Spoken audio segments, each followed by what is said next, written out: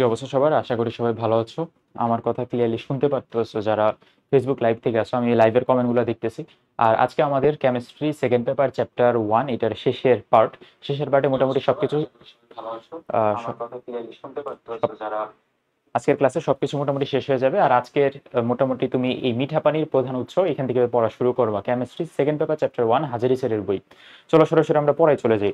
কারো কোনো কমেন্ট থাকলে ফেসবুকে কমেন্ট করতে পারো। আর এই ভিডিওটা আমাদের ইউটিউব চ্যানেলে রেকর্ডেড ভার্সনটা থাকবেই। ইউটিউব চ্যানেল থেকে যদি কেউ দেখো তাহলে তো হইলই। দেখো ক্লাসগুলো দেখলে তোমার অনেক উপকারে লাগবে। মিঠা পানির প্রধান উৎস। আর ক্লাসগুলো মেইনলি ভাইয়া মেডিকেল অ্যাডমিশন টেস্টের জন্য, যারা মেডিকেল বাদ দিয়ে অন্যান্য জায়গার প্রস্তুতি নিতে চাও তাদের জন্য। মেডিকেল প্লাস এইচএসসির যে বোর্ড পরীক্ষার সামনে বোর্ড পরীক্ষার এমসিকিউ, এখান থেকে অনেকগুলো এমসিকিউ আসে। আর এই মেডিকেল ভর্তি পরীক্ষার জন্য তো স্পেশালি ক্লাসটা মেডিকেলের জন্য স্পেশালি। সো সরাসরি আমরা ক্লাসে চলে যাই। এর আগেও আরো 3-4টা পার্ট আছে এই ক্লাসেরই, মানে আমাদের এই চ্যাপ্টারেরই। ওই ক্লাসগুলো দেখবা ভাইয়া, ওই ক্লাসগুলো দেখলে আরো তোমার কনফিউশনটা ক্লিয়ার হবে। এই চ্যাপ্টারটা অনেক কঠিন চ্যাপ্টার, ঝামেলাপূর্ণ চ্যাপ্টার। কোচিং এ অনেক ঝামেলাপূর্ণ কোশ্চেন আসে এবং বইয়ের এমসিকিউ গুলো আমাদের পারতে হয়। সো ভালো মতো একটু পড়ে ফেলো। সফট ওয়াটার সোর্সেস অ্যান্ড তোমার ইম্পর্টেন্স। এখানে মাথায় রাখতে হবে পৃথিবীর মোট জলরাশির 97.3% হচ্ছে সমুদ্রের পানি এবং বাকি মাত্র 2.7%, অ্যারাউন্ড 3%-এর মতো হচ্ছে মিঠা পানি বা সফট ওয়াটার বলা হয়। মিঠা পানি, এখানে কোশ্চেনটা দেখো, মানে হেডিংটা দেখো কি দেওয়া। হেডিংটা দেওয়া হচ্ছে মিঠা পানির প্রধান উৎস। মিঠা পানির প্রধান উৎস কোনটা? তাহলে প্রথম কথা, তাহলে আমি কি সমুদ্রের পানি এখানে হিসাব করব? সমুদ্রের পানি হিসাব করব না। সমুদ্রের 97% বাদ যাবে। বাকি যে 2% আছে, 2% নিয়ে কথা বলবো। ওই মিঠা পানি কই থেকে আসে? ওগুলাই তো আমরা খাই, সমুদ্রের পানি তো আর খাই না। যা বাকি যে 2% মিঠা পানি আছে, ওই 2% মিঠা পানির মধ্যে কিছু দেখো, এখানে একটা তোমার চার্ট দেওয়া আছে। হিমবাহ এবং যে তুষার, অর্থাৎ আমাদের পাহাড় পর্বতমালার থেকে যে পানিগুলো আসে, বা স্নো কভারের থেকে যেগুলো আসে 74%। তোমাকে যদি বলে সব থেকে বড় পরিমাণে মিঠা পানির উৎস কোনটা, তখন তুমি দাগাবো হচ্ছে তুষার বা হিমবাহের যে আচ্ছাদন, অথবা উত্তর গোলার্ধের যে হিমবাহগুলো আছে, ওই হিমবাহ থেকে আসা একটা পানির যে উৎসটা, ওইটা 74%। এটা কিন্তু মেডিকেলে আসে এমসিকিউ, আমাদের সময় আমি যখন পরীক্ষা দিয়েছি তখন আসে এমসিকিউ। তারপরে এটা আসে ভূগর্ভস্থ পানিতে আছে অ্যারাউন্ড 22%। তারপরে বিভিন্ন ধরনের হ্রদে আছে 0.3%, বায়ুতে তারপরে বিভিন্ন নদীতে আছে 0.03%। নদীতে একটু শিখে রাখো, কোশ্চেন আসতে পারে নদীতে কত পার্সেন্ট আমাদের মিঠা পানি আছে, 0.03%। এটা শিখবো, প্রথমটা শিখবো আর মাঝেটা শিখবো। তিনটা জিনিস শিখে ফেললে এখান থেকে ভালো হবে নিউমেরিক্যাল ওয়ার্ড গুলো। আচ্ছা, তারপরে সামনে আসি। তারপরে ভূপৃষ্ঠের পানির মধ্যে অনেকগুলো কথাবার্তা পাবা, ঝর্ণার পানি, খালের বিলের পানি। ভূগর্ভস্থ পানির মধ্যে বেড রক নামে একটা ওয়ার্ড পাবা। বেড রক থেকে অগভীর কূপের মাধ্যমে পানি সংগ্রহ করা হয়, এখানে কিছু কথা পাবা। তারপর আরো কিছু কথা পাবা, গভীর কূপের মাধ্যমে আর্টেসিয়ান বেসিন থেকে পানি সংগ্রহ করা হয়। বৃষ্টির পানিকে পানি ধরে মাটির স্তরে সংরক্ষিত করে বা সঞ্চিত করে রাখা হয়। এই কয়টা পদ্ধতিতে তোমার ভূগর্ভস্থ পানি সঞ্চিত করে রাখা হয় বা সংরক্ষণ করে রাখা হয়। এই কয়টা জিনিস দেখলা। তারপরে দিকে মিঠা পানির গুরুত্ব কি? মিঠা পানির গুরুত্ব হচ্ছে, দেখো, পানি হচ্ছে আমাদের শরীরের মেইন কম্পোনেন্ট। তাহলে মিঠা পানি না খেলে মানুষ বাঁচবে কেমনে? আমাদের তো প্রতিদিন অ্যারাউন্ড 1.5 লিটার, মিনিমাম 1.5 লিটার পানি খাইতে হয়। 1.5 লিটার পানি খাওয়ার পরে 1.5 লিটার মূত্র তৈরি হয়। মোটামুটি তার মানে 2 লিটার পানি যদি তুমি খাও ডেইলি, তাহলে তোমার অ্যারাউন্ড 2 লিটার মূত্র তৈরি হবে। সো 1.5 to 2 লিটারের মতো পানি খাইতে হয়। তাহলে পৃথিবীতে আছে তোর টোটাল 70 কোটি মানুষ। 70 কোটির মধ্যে ধরে নাও বাচ্চা কাচ্চা বাদ দিলে টোটাল 600 কোটি মানুষ। 700 কোটি, তাহলে 600 কোটি মানুষ ইন্টু 2 লিটার, কত পানি পরিমাণ দরকার হয়? সো আলটিমেটলি আমাদের পানির ইম্পর্টেন্স এইখানেই। আচ্ছা, পানির ইম্পর্টেন্স নিয়ে পেঁচাল বাইরে লাভ নাই, আমরা কেমিস্ট্রি পড়তেছি, বায়োলজি না। সামনে আগাই। সামনের ক্ষেত্রে এখানে কিছু লাগবে না ভাইয়া। তারপরে দেখি সামনে যদি সামনে আগাইলে এখানে আমরা কিছু কথাবার্তা পাবো। সারফেস ওয়াটারের বিশুদ্ধতার মানদণ্ড, এই টপিকটা পাবো। এই টপিকটা খুব ভালো মতো আমাদের একটু শিখতে হবে এবং ভালো মতো পড়তে হবে। সারফেস, ক্লাসে দেখি অনেকেই আছো। আচ্ছা, কোনো কোশ্চেন জিজ্ঞেস করলে অ্যান্সার দিও। লাইভ ক্লাসে অনেকেই আছো, কোনো প্রশ্ন করতে পারো, বা তুমি একটা কাজ করতে পারো। ধরো না, আমি যে এইগুলো লিখবো, নিউমেরিক্যাল নাম্বারগুলো লিখবো, নিউমেরিক্যাল নাম্বারগুলো তুমি কমেন্টেও লিখে দিতে পারো। এর মানে এটা না যে কমেন্টে তোমার বলতেছি যে তুমি রিচ বাড়াও। রিচ বাড়ানোর জন্য বলতেছি না, তুমি অ্যাটলিস্ট ক্লাস তো দেখতেছো, ক্লাস দেখার সময় তুমি যদি নাম্বারটা লিখে রাখতে পারো। ধরো নাও, তোমার উত্তর গোলার্ধ থেকে 74% পানি, তুমি ভেবে একটা চার্ট বানায় একটা কমেন্ট করে রাখতে পারলা, যেন অন্যরাও দেখতে পারে। মানে এটা রিচের জন্য বলতেছি না ভাইয়া, রিচের জন্য দরকার নেই, রিচের জন্য কোনো ক্লাস টাস নেই না। আমার নিজের জন্য ক্লাস নেই, আমি ক্লাসগুলো রেকর্ডেড করে রেখে দিতেছি, যেন কোনো না কোনো দিন একজন স্টুডেন্টের ভালো লাগে, ভালো ভালো ভালো একটা উপকারে লাগবে। কোনো না কোনো দিন একজন স্টুডেন্ট সে বলবে যে ভাইয়ের ক্লাসটা করে অ্যাটলিস্ট একটু হলেও উপকারে লাগছে, ক্লাসগুলো ফ্রিতে দিচ্ছি তাই না। আচ্ছা সামনে আসো। পিউরিটি ক্রাইটেরিয়া বা সারফেস ওয়াটারের যে বিশুদ্ধতার মানদণ্ড, এটার মধ্যে আমরা কি কি পড়বো। এখানে প্রথমে দুইটা ওয়ার্ড মনে রাখবো। প্রথমে খরতা বা হার্ডনেস অফ ওয়াটার। খরতা নিয়ে দুইটা টপিক আছে, একটা হচ্ছে স্থায়ী খরতা আর একটা হচ্ছে অস্থায়ী খরতা। স্থায়ী খরতা টপিকটা হচ্ছে, দেখো সংজ্ঞার মধ্যে আছে দ্বিধনাত্মক যে ক্যাটায়নগুলো থাকবে যেমন ক্যালসিয়াম এবং ম্যাগনেসিয়াম, বা ক্যাটায়নের সাথে দ্বিধনাত্মক ক্যাটায়ন এবং আয়রন, এগুলোর উপস্থিতির কারণে পানির যে মানে মানে পানির যে একটা ধর্ম তৈরি হয়, ওইটা হচ্ছে পানির খরতা ধর্ম বা হার্ডনেস। মানে ক্ষর হয় দুই রকমের, স্থায়ী ক্ষর এবং অস্থায়ী ক্ষর। স্থায়ী আর অস্থায়ীর মধ্যে পার্থক্যটা কি, যদি তোমার এই ধরনের মানে এই যে দুই আয়ন বিশিষ্ট 2+2+2+, এই দুই আয়ন বিশিষ্ট কোনো আয়নের মানে দুই যোজ্যতা বিশিষ্ট কোনো আয়নের ক্লোরাইড এবং সালফেটের সাথে যদি তোমার কোনো যৌগ গঠন করে, তখন ওই যৌগটা যদি পানির মধ্যে থাকে, তখন যে খরতাটা তৈরি হবে ওইটাকে আমরা বলবো স্থায়ী খরতা। অর্থাৎ এখানে দুইটা জিনিস মনে রাখবো যে আয়নের সাথে ক্লোরাইড এবং সালফেট, এই দুইটা জিনিস যদি মিক্স করো, আয়নের সাথে ক্লোরাইড এবং সালফেট মিক্স করো, তখন যেটা পানিতে যে স্থায়ী খরতা তৈরি হবে ওটা হচ্ছে স্থায়ী খরতা। স্থায়ী খরতা দূর করার কোনো উপায় নাই। দেখো লেখাই আছে স্থায়ী খরতা দূর করা যায় না, কিন্তু আয়ন এক্সচেঞ্জ পদ্ধতিতে দূর করা হয়। এখানে আয়ন এক্সচেঞ্জ ওয়ার্ডটা তুমি ভালো মতো দাগায় রাখো, খুব কাজে দিবে, কারণ এটা কোচিং এর পরীক্ষায় আসে যে স্থায়ী খরতা দূর করার উপায় কি, আয়ন এক্সচেঞ্জ পদ্ধতি। আই থিঙ্ক বুঝতে পারছো। 27-এর গাইডলাইন চাই, নিলয় রয় ভাই ম্যাথ পারফরমেন্স ইউটিউব চ্যানেলে যাও, 27-এর গাইডলাইন 2 দিন আগেই দেওয়া আছে, খুব ভালো মতো দিছি, খুব ভালো মতো 27-এর গাইডলাইন দেওয়া আছে। ম্যাথ পারফরমেন্স ফেসবুক পেজের যে নাম ওইটাই, ম্যাথ পারফরমেন্স ইউটিউব চ্যানেলে যাও, 27-এর গাইডলাইন, 25-এর গাইডলাইন, 26-এর গাইডলাইন, সব গাইডলাইন আছে অলরেডি। মেডিকেলের প্রস্তুতি কেমনে নিবা সব A to Z সব বিস্তারিত বলে দিচ্ছি, এখন ক্লাস নিতে দাও, গাইডলাইনের কথা বাদ দাও, ক্লাস নিতে দাও।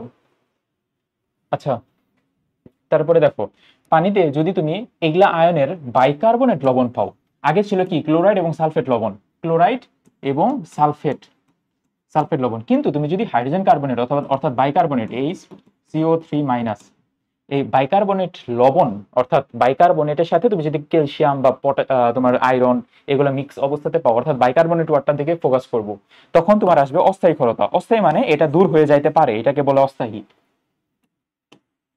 এটাকে বলবো তাহলে অস্থায়ী, দূর হইতে পারে এটাকে বলবো অস্থায়ী, তাহলে এই খরতা হচ্ছে অস্থায়ী খরতা।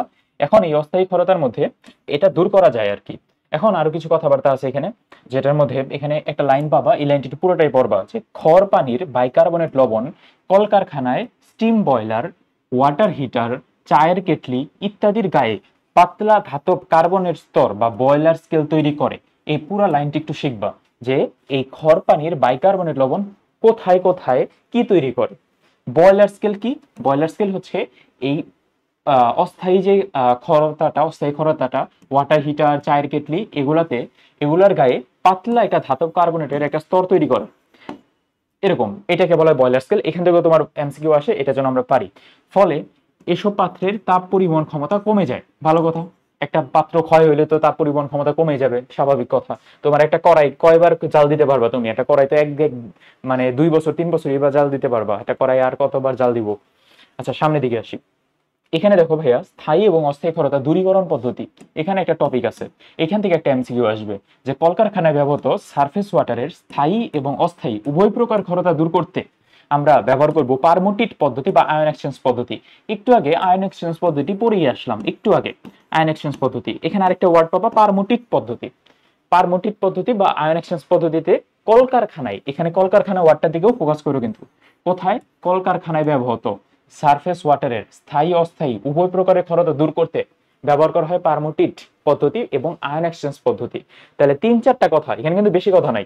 তাহলে সামারিটা এটাই কি, স্থায়ী খরতা সালফেট এবং ক্লোরাইড লবণ থাকে, অস্থায়ী খরতায় বাইকার্বনেট লবণ থাকে, এবং তোমার স্থায়ী খরতা দূর করা যায় না, কিন্তু আয়ন এক্সচেঞ্জ পদ্ধতিতে দূর করা যায়। কলকারখানায় স্থায়ী অস্থায়ী সব খরতা দূর করা যায় আয়ন এক্সচেঞ্জ পারমুটিট পদ্ধতিতে।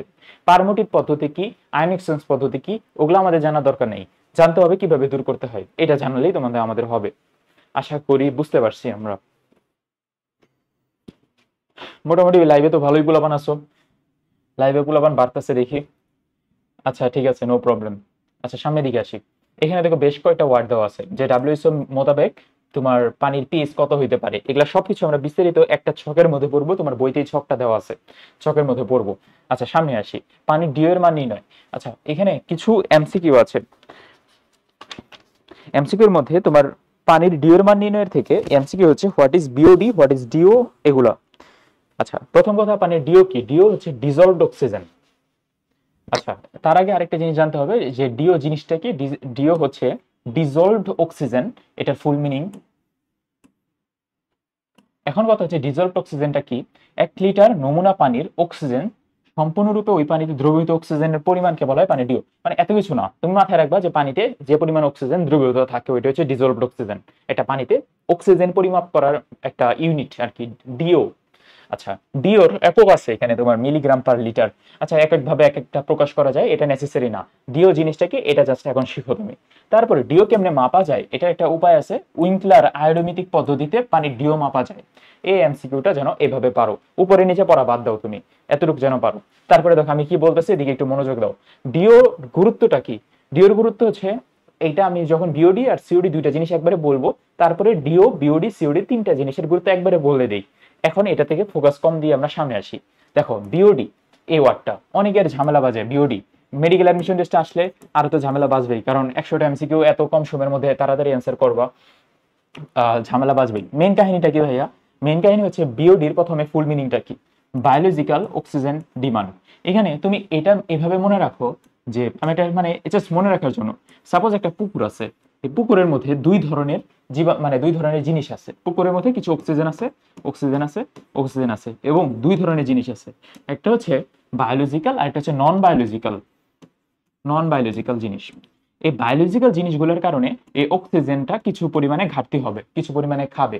নন বায়োলজিক্যাল জিনিসগুলোর জন্য অক্সিজেন কিছু পরিমাণে ঘাটতি হবে বা অক্সিজেন কমে যাবে। এখন বিওডির মানটা হচ্ছে ইন্ডিকেট করে বায়োলজিক্যাল অক্সিজেন ডিমান্ডের উপরে। শুধুমাত্র শুধুমাত্র ডিগ্রেডেবল বা বায়োডিগ্রেডেবল পদার্থ, এখানে বায়োডিগ্রেডেবল পদার্থ জাস্ট মাথায় রাখবো এই বি দিয়ে, বায়োডিগ্রেডেবল পদার্থগুলোর উপর ডিপেন্ড করে বিওডি। তুমি যদি এই ওয়ার্ডটা শুধু পাও, মানে বায়োডিগ্রেডেশন বা পচনশীল জৈব বস্তুকে বিয়োজিত করতে যে পরিমাণ ডিও থেকে যে পরিমাণ অক্সিজেন বিয়োজিত হয়, ওইটা হচ্ছে আমাদের বিওডি। তাহলে আবারও জিনিসটা আবার ক্লিয়ারিফাই করি। একটা পুকুরের মধ্যে বায়োডিগ্রেডেবল নন বায়োডিগ্রেডেবল দুই ধরনের পদার্থ থাকতে পারে। বায়োডিগ্রেডেবল পদার্থগুলা পচনের জন্য কিছু পরিমাণ অক্সিজেন নিবে। কই থেকে নিবে? পানিতে মজুদকৃত ডিও থেকে নিবে। ডিওতে মানে ডিজলভড অক্সিজেন থেকে নিবে। ডিজলভড অক্সিজেন থেকে কিছু পরিমাণ অক্সিজেন বিওডির মধ্যে নিবে। এখন বিওডির মানটা হচ্ছে ওইটাই যে যে পরিমাণ অক্সিজেন মানে বায়োডিগ্রেডেবল যে পদার্থগুলো আছে, অর্থাৎ ডিগ্রেডেশন হয়, বায়োডিগ্রেডেশন হয়, ওই ধরনের পদার্থগুলো যে পরিমাণ অক্সিজেন নেয়, ওইটা হচ্ছে আমাদের বিওডির ভ্যালু। ফলে নমুনা পানির ডিও মান কমে যায়, অবশ্যই কমে যাবে। তুমি যদি একটা পাত্র থেকে অক্সিজেন কমাই নাও, তাহলে তো তোমার ডিওর মান কমেই যাবে স্বাভাবিক অবস্থায়। আশা করি এতটুকু তুমি পারবা। তাহলে পুরো লাইনটা আবার পড়ো। পুরো লাইনটা হচ্ছে নির্দিষ্ট পরিমাণ প্রতি লিটার সারফেস ওয়াটারে থাকা জৈব দূষক, এই ওয়ার্ডটাও খেয়াল করবো, জৈব দূষক, জৈব, বায়োডিগ্রেডেবল, বায়োলজিক্যাল, তিনটা ওয়ার্ড। 20 ডিগ্রি সেলসিয়াস তাপমাত্রায় 5 দিন যাবত বিভিন্ন জীবাণু ব্যাকটেরিয়া দ্বারা সম্পূর্ণরূপে বায়োডিগ্রেডেবল বা পচনশীল জৈব বস্তু, এই জৈব বায়োডিগ্রেডেবল বিয়োজিত করতে ডিও থেকে যে পরিমাণ অক্সিজেন নেবে ওইটা হচ্ছে বিওডি। এখন বুঝে গেছো বিওডি কি? এখন আসে ডিও থেকে সিওডি কি। সিওডি মানে কড না, কিন্তু কড মানে হচ্ছে একটা গেমের নাম আর কি। যাই হোক, পরে ওই দিক দিয়ে আসতেছি। আচ্ছা এখানে আগে সিওডিটা পরে নি, তারপরে আবার উপরে আসতেছি। আচ্ছা সিওডির কাহিনীটা হচ্ছে, ওই যে মনে আছে আমি দুইটা জিনিস লিখছিলাম, একটা হচ্ছে বায়োডিগ্রেডেবল, একটা নন বায়োডিগ্রেডেবল, দুইটা জিনিস আছে। বায়োডিগ্রেডেবল থেকে যে অক্সিজেন গুলা নেয় ওগুলো হচ্ছে তোমার বিওডির ভ্যালু। এখন একটা নমুনাতে মানে একটা পানির মধ্যে তুমি যদি উভয় সাথে পচনশীল এবং অপচনশীল মানে বায়োডিগ্রেডেবল এবং নন বায়োডিগ্রেডেবল দুই ধরনের পদার্থ থেকেই যদি ডিও থেকে অক্সিজেনটা কালেক্ট করো, ওই ভ্যালুটা আসবে সিওডি। মূল কথা হচ্ছে একটা প্রতি লিটার সারফেস ওয়াটারের মধ্যে পচনশীল এবং অপচনশীল এই দুইটা ওয়ার্ডের দিকে ভালো মতো খেয়াল করব। পচনশীল অপচনশীল যৌগকে সম্পূর্ণরূপে জারিত করে অন্যান্য হিবিজিবি অনেক পদার্থতে পরিণত হতে যে পরিমাণ অক্সিজেন দরকার হয় বা পানিতে ডিও থেকে যে পরিমাণ অক্সিজেন দরকার হয় ওইটাকে বলবো সিওডি। তাহলে আলটিমেটলি এটা দাঁড়াইলো যে, আচ্ছা সিওডির একক হচ্ছে মিলিগ্রাম পার মানে পিপিএম আর কি। মিলিগ্রাম পার লিটার মানে ppm। সিওডি তাহলে আলটিমেটলি হিসাব হলো এরকম যে দেখো এখানে আমি যদি লিখি যে পচনশীল অপচনশীল, না পচনশীল বায়োলজিক্যাল বস্তু, আরেকটা হচ্ছে অপচনশীল অপচনশীল, এই দুইটা যদি কাহিনী করো মানে একসাথে যে পরিমাণ অক্সিজেন নিবে ওইটাকে বলবো আমরা সিওডি, কেমিক্যাল অক্সিজেন ডিমান্ড। সিওডির মিনিং কেমিক্যাল অক্সিজেন ডিমান্ড। তাহলে আমি শুধুমাত্র যদি পচনশীল অংশটুকু নিই, পচনশীল বায়োলজিক্যাল অংশ যদি নিই, তাহলে ওই জিনিসটা আসবে বিওডি। তাহলে একটা জিনিস কমন সেন্স দাঁড়ায় না যে বিওডি প্লাস অপচনশীল অংশ থেকে যে পরিমাণ অক্সিজেন যায় ইজ ইকুয়াল টু হচ্ছে সিওডি। তাহলে আলটিমেটলি কি দাঁড়াইলো, সিওডির ভ্যালু বেশি, কারণ সিওডির মধ্যে অপচনশীল অংশটুকু আছে, নন বায়োডিগ্রেডেবল অংশটুকু আছে। তাহলে এইটাই আলটিমেটলি দাঁড়ায় আমাদের একটা লাস্টের লাইন, যেটা হচ্ছে BOD is less than COD. এই কথাটা খুব ইম্পর্টেন্ট এবং এই কথাটা তোমার সপ্তম মিথ্যাতে আসে, BOD is less than COD. এটা যেন আমরা পারি পরীক্ষার হলে, এবং জিনিসটা বুঝে গেলে অনেক ভালো। এখন আসল বিওডির ভ্যালুর উপর ভিত্তি করে অনেকগুলো কথাবার্তা আছে। আচ্ছা, পানিতে বিওডির মান কত এগুলা আস্তে আস্তে করে ধরো। এখানে আসো, 20°C তো মনে থাকবে, 20°C এবং কতদিন ওইটা তো মনে থাকবে। এইখানে আসো তুমি, বিওডির ভ্যালুগুলা কি কি। বিওডির ভ্যালুগুলা আমাদের খুবই ইম্পর্টেন্ট, এটা কোচিং এর পরীক্ষা আসে। প্রথমে তুমি এটা মনে রাখো, ডাব্লিউএইচও অনুমোদিত দূষণ মাত্রা কত, মানে 6 ppm। এটার উপরে চলে গেলে খারাপ হয় আর কি, দূষণ মাত্রা অনেক বেশি। এটা যদি পুরোটা মনে রাখতে চাও, একটা টেকনিক দিচ্ছে দেখো। মনে রাখার টেকনিক হচ্ছে খুব মোটা হওয়া খারাপ, খুবই খারাপ,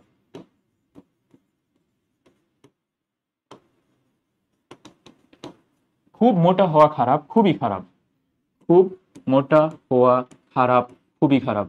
খুব দিয়ে খুবই ভালো, মোটাতে মোটামুটি ভালো, হওয়াতে ডাব্লিউএইচও, খারাপতে দূষণ মাত্রা খারাপ, খুবই খারাপ মানে খুবই খারাপ, দূষণ মাত্রা খুবই খারাপ।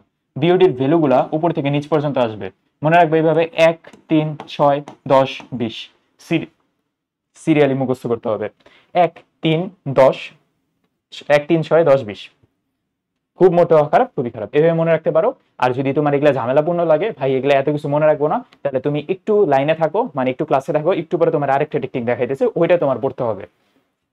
সামনে আসি, সামনে যদি আসি, এখানে এখন ভাইয়া এখানে আরো আরো কিছু কথা আছে যে বিওডি এবং ডিও এবং বিওডি মাপার উপায় কি, উইংক্লার আইডোমেটিক পদ্ধতি।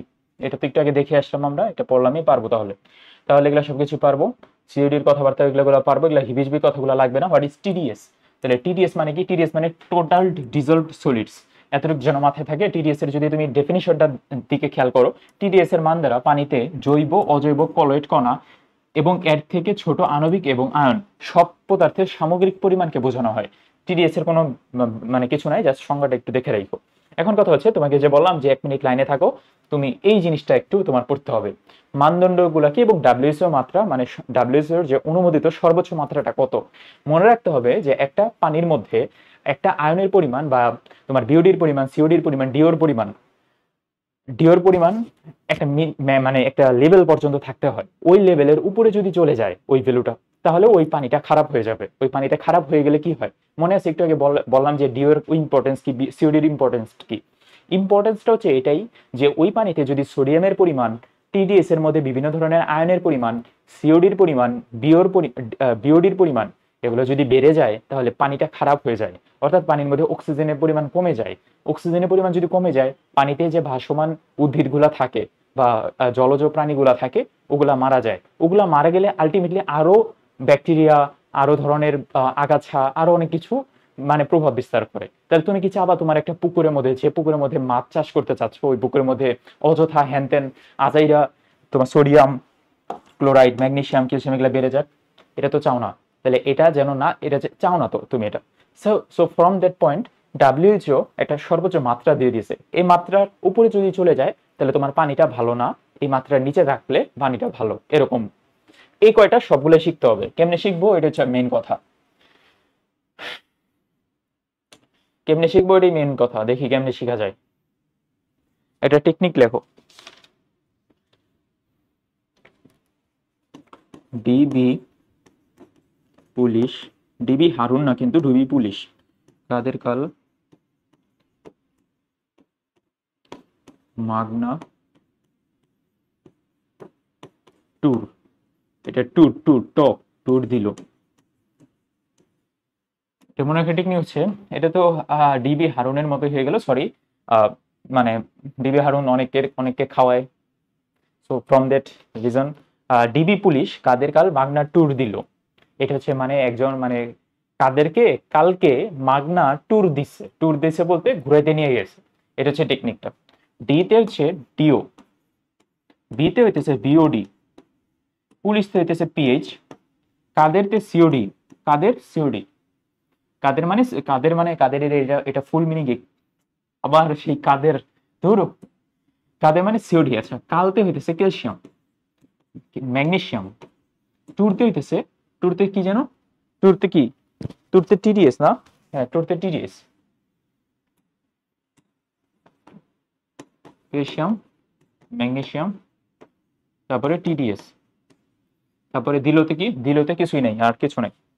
আচ্ছা, এখন এটা কেন ভাইয়া, কাহিনীটা কি? কাহিনী হচ্ছে তুমি এই টেকনিক দিয়ে তুমি সবগুলার এখন মনে রাখতে পারবা, অ্যান্সার গুলো মনে রাখতে পারবা। এটার অ্যান্সারটা কি, কিভাবে মনে রাখতে পারবা? প্রথমে লিখবা 5, 6, 6.5, 10, 100, 150, 500। 5, 6, 6.5, 10, 100, 150, 500, একটা করে মিলাই সিরিয়ালে আগে এটা মনে রাখবো, তারপরে মিলাবো। ডিওর ভ্যালু সর্বোচ্চ কত দিতে পারে? 5 ppm, সবগুলো দেখো ppm এ দাও, 5 ডিও। তারপরে ডিবি, বিতে হইতেছে বিওডি 6, বিওডি 6, দেখো তো মিলে কিনা, বিওডি 6। তারপরে পিএইচ 6.5, পিএইচ 6.5। তারপরে কাদের সিওডি 10, সিওডি 10। তারপরে কাল ক্যালসিয়াম 10। কোথায় ক্যালসিয়াম, ক্যালসিয়াম সরি 100, 10 না তো, ক্যালসিয়াম তো 100 লিখছি। ম্যাগনেসিয়াম 150, কোথায় ম্যাগনেসিয়াম 150। তারপরে টুর টিডিএস 500, টুর টিডিএস 500, সবগুলোই ppm এর মান আমরা জানি। 1 ppm is equal to 1 milligram per litre. 1 লিটারে যে পরিমাণ যত মিলিগ্রাম থাকে ওইটাকে বলবো আমরা ppm। তাহলে এই কাহিনী দিয়ে তুমি টোটালটা মনে রাখবা, এবং কোচিং এ যে কোনো পরীক্ষায়, কোচিং বাদ দাও, তুমি মেডিকেল অ্যাডমিশন টেস্টে যদি টিডিএস এর ভ্যালু আসে কত, তুমি অ্যাটলিস্ট একটু হলেও চিন্তা করে অ্যান্সার করতে পারবা। হ্যাঁ, কিভাবে পড়লে আপনার মতো মেডিকেলে চান্স পেতে পারি, ঘোড়ার ডিম পাইতে পারো ভাই? ভন্ডামি করতেছেন ভাই, আপনি নিজে মেডিকেলে পড়েন, আমার সামনে ভন্ডামি। গালিব, ভন্ডামি ভাই বাদ দিয়ে দাও, ভন্ডামি বাদ দিয়ে স্টুডেন্টদের বলো পড়াশোনা করতে। কমেন্ট দাতা নিজেই মেডিকেলে পড়ে, আমারে কমেন্ট করে জানায়, ভালোই। আচ্ছা ঠিক আছে, আমরা মেইন পরে ফোকাস করি। ডিবিও পুলিশ কাদের কাল মাগনা ট্যুর দিল, এটা দিয়ে আমরা টোটালটার ভ্যালুগুলো মনে রাখতে পারবো। এখন কি ভাই, এখন আরো অনেক কিছু আছে, সামনের দিকে আগাই। আচ্ছা, তাহলে আমরা কিন্তু উপরে নিচে আর কিছু পড়বো না। দেখো আমি কিন্তু দাগাইছি কিভাবে, জাস্ট ছোট ছোট করে যতটুকু দাগানো উচিত, বা ছোট ছোট করে যতটুকু দাগানো যায়। এখন হচ্ছে শিল্প বজ্র এবং পানি দূষণ, এই কাহিনীতে আসি। এই কাহিনীতে আসলে খুব একটা কিছু নাই, তোমার এখানে একটা ওয়ার্ড পড়বো, ইটিপির ফুল মিনিং কি? Effluent treatment plant, ETP. বইতে যদি আমি খুঁজেও না পাই, তোমরা বইতে খুঁজে একটু পাবা, দেখো এক পেজ পরে তুমি ইটিপির ফুল মিনিং পাবা। ETP, effluent treatment plant, ETP, এটা একটু শিখে রাখো। তারপরে দিকে তুমি চলে এসো আর্সেনিক দূষণ এবং এর প্রভাব। আর্সেনিক দূষণের মাত্রায় চলে আসি।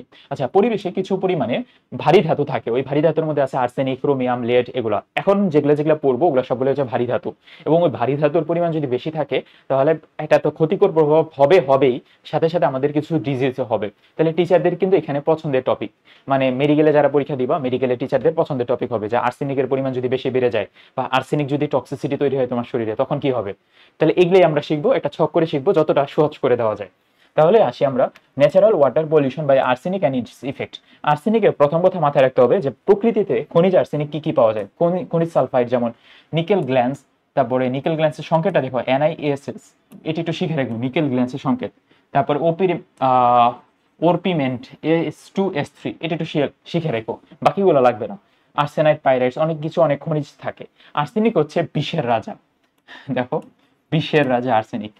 অপদার্থ আর্সেনিক হচ্ছে বিষের রাজা, এতটুকু মাথায় রাখবো। আর্সেনিকের প্রভাবে অনেক ক্ষতিকর অনেক কিছু হয়, এগুলাই আমরা শিখবো একটু পরে। মেইন কথা হচ্ছে আর্সেনিকের কারণে আসলে দুইটা জিনিস হয়, মানে তোমার টিচাররা আসলে জানতে চায় কি, মানে দুইটা জিনিস হয় আমাদের শরীরের মধ্যে, ছোপ ছোপ দাগ তৈরি হয় যেটাকে বলে হাইপার পিগমেন্টেশন। তারপরে আরো অনেক কিছু তৈরি হয়, আমরা লিখবো একটু পরে আর্সেনিকের প্রভাবে কি তৈরি হয়, পায়ের মধ্যে ছোপ ছোপ দাগ তৈরি হয়। আরো দুইটা এমসিকিউ যেটা আসে, আর্সেনিকের সর্বোচ্চ মাত্রা কত। আমরা একটু আগে ছকের মধ্যে কিন্তু আর্সেনিক টার্সেনিক এগুলো কিছু পড়ি নাই, আর্সেনিক লেড ক্রোমিয়াম এগুলো পড়ি নাই, এখন এটা পড়তে হবে। দেখো আর্সেনিকের সর্বোচ্চ মাত্রা যেটা হচ্ছে ডাব্লিউএইচও মোতাবেক সেফটি ভ্যালু, যেটা সেফটি ভ্যালু মানে নিরাপদ মাত্রা এতটুকু হলে ভালো, সেফটি ভ্যালু হচ্ছে তোমার 0.01 মিলিগ্রাম পার মানে পিপিএম, 0.01 পিপিএম। আর থ্রেশহোল্ড লিমিটিং ভ্যালু অর্থাৎ সর্বোচ্চ সহনশীল মাত্রা, মানে এর উপরে চলে গেলে টক্সিসিটি তৈরি হবে, এই ভ্যালুটা হচ্ছে 0.05 পিপিএম, অর্থাৎ 5 গুণ, 5 গুণ 0.05 পিপিএম, 5 গুণ, কিন্তু প্রথমটার 5 গুণ। তাহলে তোমাকে যদি বলি যে ভাইয়া আর্সেনিকের নর্মালি কতটুকু হইলে ভালো, নিরাপদ মাত্রা কত, তুমি বলবা 0.01 পিপিএম। তোমাকে যদি বলি আর্সেনিকের থ্রেশহোল্ড লিমিটিং ভ্যালু কত, টিএলভি কত, বা সর্বোচ্চ মাত্রা কত হইতে পারে 0.05 পিপিএম, তাহলে গেস করো তো বাংলাদেশে কোনটা আছে, এটা নাকি এটা, গেস করে পাবা বাংলাদেশে কোনটা পাওয়া যায়। বাংলাদেশে এই সর্বোচ্চই পাওয়া যায়, কারণ বাংলাদেশে একটা দূষিত এরিয়া, দূষিত এরিয়াতে আর্সেনিকের পরিমাণ বেশি বেড়ে বেড়ে যায়। তাহলে তোমাকে যদি বলে বাংলাদেশে আর্সেনিকের মাত্রা কত, তাহলে অ্যান্সার দেখাবো 0.05 পিপিএম, যেটাই হচ্ছে আমাদের থ্রেশহোল্ড ভ্যালুটা, সর্বোচ্চ নিরাপদ মাত্রা, এগুলো যেন ভুলভাল না করি। আচ্ছা তারপরে আর কি শিখবো এখানে, এখানে দেখো যশোরের শার্শা এরিয়াতে, যশোর জেলার শার্শা থানার মধ্যে গ্রামের নলকূপের মধ্যে আর্সেনিকের দূষণের সব থেকে বেশি পাওয়া যায়, এবং আর্সেনিকের দূষণ সব থেকে কম কোথায় পাওয়া যায় একটু দেখে রাখো, নট নেসেসারি। তারপরে এখান থেকে আর কিছু নাই। এখন হচ্ছে আর্সেনিকের ক্ষতিকর প্রভাবটা কি, এই যে হাতুর তালুর মধ্যে ক্রনিক আর্সেনিক রোগ তৈরি হয়, কিছু পিগমেন্টেশন তৈরি হয়, আর্সেনিক দূষণের ফলে ব্ল্যাক ফুট ডিজিজ তৈরি হয়। এটা আমি একটা ছক আকারে দিকে দিয়ে মানে লিখেই দিব একটু পরে আসি দাঁড়াও। তারপরে মানুষের কার্সিনোজেন তৈরি হয়, বিষক্রিয়া তৈরি হয়, অনেক কিছু তৈরি হয়, এখান থেকে কিছু লিখবো না। তারপরে দেখো বাকি ধাতুগুলো আর্সেনিক, ক্রোমিয়াম, লেড ক্রোমিয়াম, এগুলো সবগুলো হচ্ছে ভারী ধাতু।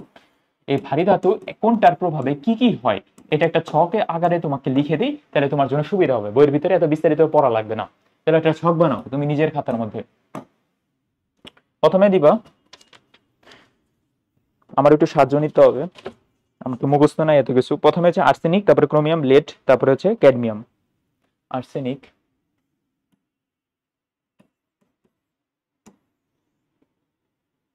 ক্রোমিয়াম,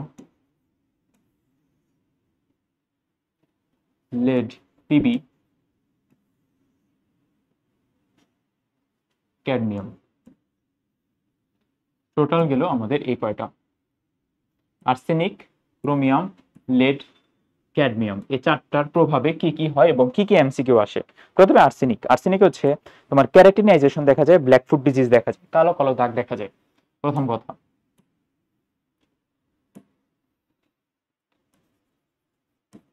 কালো দাগ, কালো দাগ মানে ক্যারাটিনাইজেশন,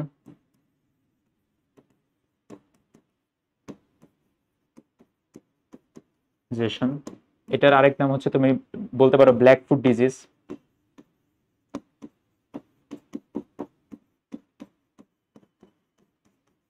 তারপরে আর কি বলতে পারো এখানে, এটা এখানে বলতে পারো ফ্যাটি লিভার হতে পারে, তারপরে হচ্ছে আরো অনেক কিছু, ক্যান্সার হতে পারে, ফ্যাটি লিভার, ক্যান্সার। আসলে ফ্যাটি লিভার ক্যান্সার সবগুলাতেই হয়। তারপরে লিখে দিলাম, মুদ্রা কথা আসলে সবগুলাতেই না ক্যান্সার হয়, সবগুলাতেই। সো টিচার তোমাকে বোকার মতো প্রশ্ন করবে না যে নিচের কোনটার প্রভাবে ক্যান্সার হয়, মানে টিচার এইভাবে প্রশ্ন করবে না।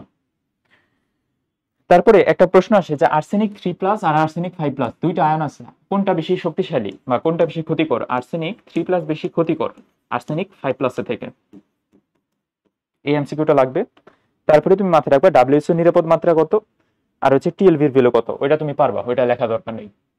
ক্রোমিয়ামে আসো, ক্রোমিয়াম থেকে লিখবো আরবিসি তে আয়রন শোষণ বাধা দেয়।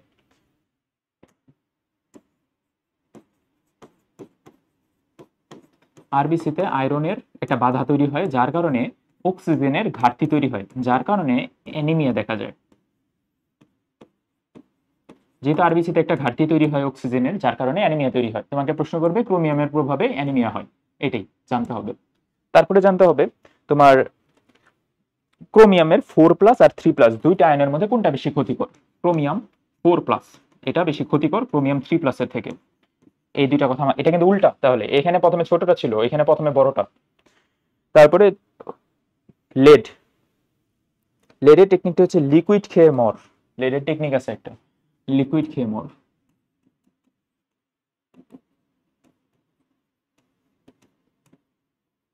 লিকুইড খেয়ে মরের মধ্যে প্রথমে প্রথমে এল দিয়ে হচ্ছে লেড, পরে কিউ, আইকিউ, এটা আইকিউ না, আইকিউ দিয়ে আইকিউ হ্রাস, আর প্রথম এল দিয়ে লেড। তারপরে খেয়ে মর, খেয়ে মরের মধ্যে তোমার মতে হইতেছে মারি, মস্তিষ্ক, রতে রক্ত শূন্যতা। মতে হচ্ছে তোমার মারি, মারি ক্ষতি হবে, তারপরে মস্তিষ্কের ক্ষতি হবে, তারপরে হচ্ছে রতে হচ্ছে রক্ত শূন্যতা দেখা যাবে। তাহলে অনেক কিছু কিন্তু আসলো লেট। তোমার একটা প্রশ্ন আসবে যে আইকিউ হ্রাস পায় কি দ্বারা? শিশুর আইকিউ হ্রাস পায় লেট দ্বারা। পারা যাবে তাহলে। লেডের সর্বোচ্চ নিরাপদ মাত্রা হচ্ছে 50 পিপিবি, বা এরকম একটা কোশ্চেন থাকবে যে লেডে কতটুকু হইলে মারা যাবে মানুষ, এরকম একটা প্রশ্ন মেবি আছে, আমার ঠিক খেয়াল নাই। 50 পিপিবি অ্যান্সার আর কি, এটা মনে রাখলাম। তারপরে চলে আসো ক্যাডমিয়ামে। ক্যাডমিয়ামে মনে রাখবো, ক্যাডমিয়ামে দিয়ে সবকিছুই হাড়ের রোগ হয়। দেখো ক্যাডমিয়াম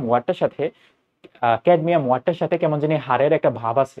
হাড্ডি, হাড্ডি, ক্যাডমিয়াম। দেখো হাড্ডি যখন লিখি আমি হাড্ডি, তখন দিয়ে ড, ক্যাডমিয়ামের ড। সো হাড্ডির সাথে রিলেটেড ক্যাডমিয়াম, যেমন কি কি? অস্টিওপোরোসিস,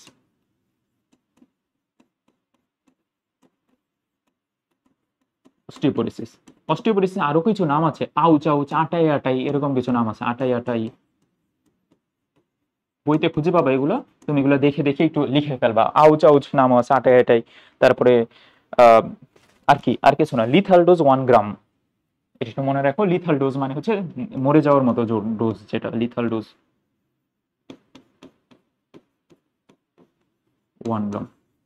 এতটুকু পর্যন্ত যদি মাথায় রাখো না, তাহলে তুমি মোটামুটি অনেক কিছু পারবা এই যে ক্যাডমিয়াম, ক্রোমিয়াম, আর্সেনিক, লেড এগুলোর কাহিনীতে। তুমি যদি এই সবগুলা এতটুকু পর্যন্ত শিখে রাখতে পারো, তাহলে কারোর যদি দরকার হয় স্ক্রিনশট দিয়ে রাখতে পারো, অথবা আমাদের ইউটিউব চ্যানেলে ভিডিওটা থাকবে বা ক্লাসটা থাকবে, ওই ক্লাসটা দেখে মোটামুটি ভালো মতো শিখে ফেলবা।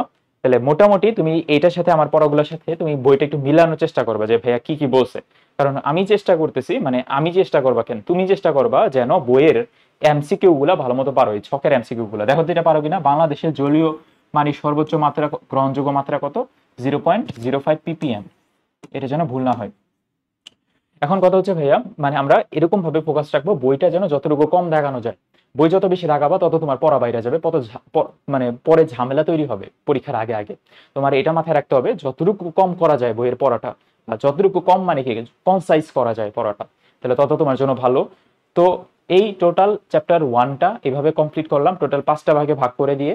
5টা ক্লাস যদি কেউ দেখে, আমার মনে হয় না যে কারোর কোনো ভিতরে কনফিউশন থাকবে।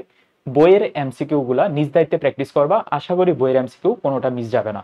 পরীক্ষার আগে আগে আমি আবার বইয়ের এমসিকিউ ভিত্তিক ভাবে ক্লাস নিব, তখন আবার ভালো মতো আরো বিস্তারিত বলার চেষ্টা করব। এখন তো ডিটেলসে পড়াই দিচ্ছি, পরবর্তীতে তো এত ডিটেলসে পড়ানোর সুযোগ থাকবে না। তাহলে ভাইয়া আজকে এই পর্যন্ত রাখি, অন্য কোনো ভিডিওতে আবার, অন্য ক্লাসে আবার দেখা হবে।